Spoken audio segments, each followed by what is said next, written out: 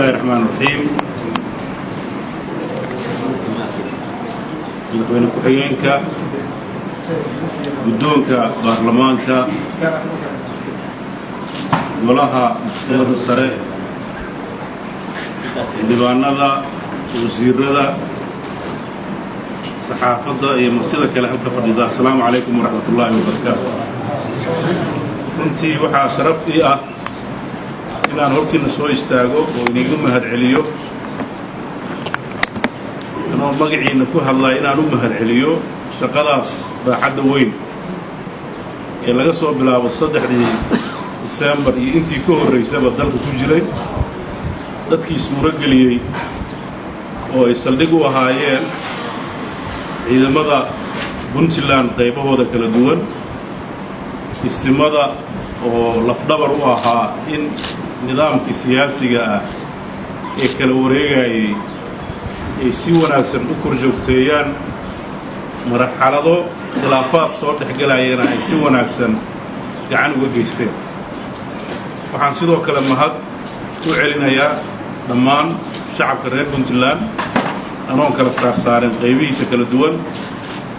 sida dhow ay ula socdeen isbeddelka siyaasadeed dalka ka dhacayay iyo dowrka shariifka ah ay ku lahaayeen marxaladii ololaha adag u socday iyo marxaladihii doorashadu ma socdeen iyo sida wanaagsan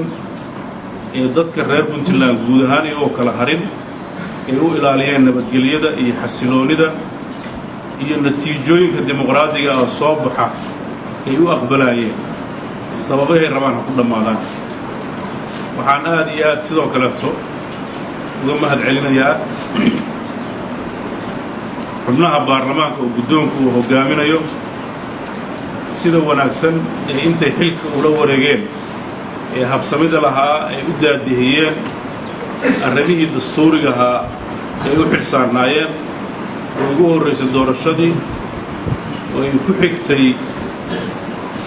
arrintii shalay dhacday oo ku saabsanayd in ay golaha xukuumadda ansixiyaan iyo qaybta ay ka qaateen iyagoo oo deegaanada iyo bulshada matalaya talana ka geysteen habdhismeedka golaha wasiirada.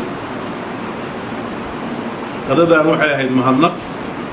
maadaama golaha wakiiladu ay fasax galayaan golaha xukuumadduna uu golo cusub yahay inay isi sii bartaan sheekaystaan waxay markhaanti ka tahay oo iyaguna ay ka tarjumayaan sida shacabka reer Puntland ay u yihiin dad midaysan oo u ilaalinaya horumarkooda iyo midnimadooda. golayaasha halka fadhiya oo golayaal cusub ah hadduu xil hore xataa ama baarlamaan hore ah ama wasiir hore ah oo hadda golayaasha soo galay waa cusub yahay laakiin golaha maxkamadda sare guddoomiyaha iyo xubnaha maxkamadda sare ayaa waxay yihiin kuwo xilkoodii loo igmaday weli uu u socdo oo saldhig u ahaa golayaasha dowladdu inay mar wada dhacaan waa laga fiican yahay inay kala mudaysan yihiin oo kala dambeeyaan waxay keenaysaa inay shaqooyinku aysan gelin haka. marka maxkamadda sare oo runtii door weyn ku lahayd sharciyeynta golayaashan iyagana waa u mahadcelinayaa. muhiimad weyn oo aan rabo inaan halka ku xuso umaan istaagin inaan u mahadnoqo dhammaan golaha baarlamaanka sidoo kalena aan soo dhoweyno golaha wasiirada oo annagu ruuxaddeenna aan cabaar yar ka horreynay. marka waxaan rajaynayaa inaad idinkuna soo dhowaataan shaqada qaybtiina ka qaadataan. dalkan runtii wuxuu ku jiraa marxalad loo baahan yahay in dhammaan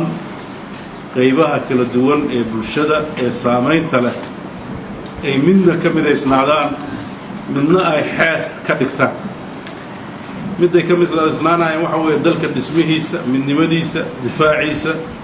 aragtidiisa siyaasadeed ee mid walba ee guud midna ay xeer ka dhigtaanoo haddee lama xiraayo arrimaha siyaasadda iyo tartankeeda iyo aragti kala duwanaantuna inay yeelato inay xeer yeelato xeer dimuqraadi inay yeelato masaaxo lagu kala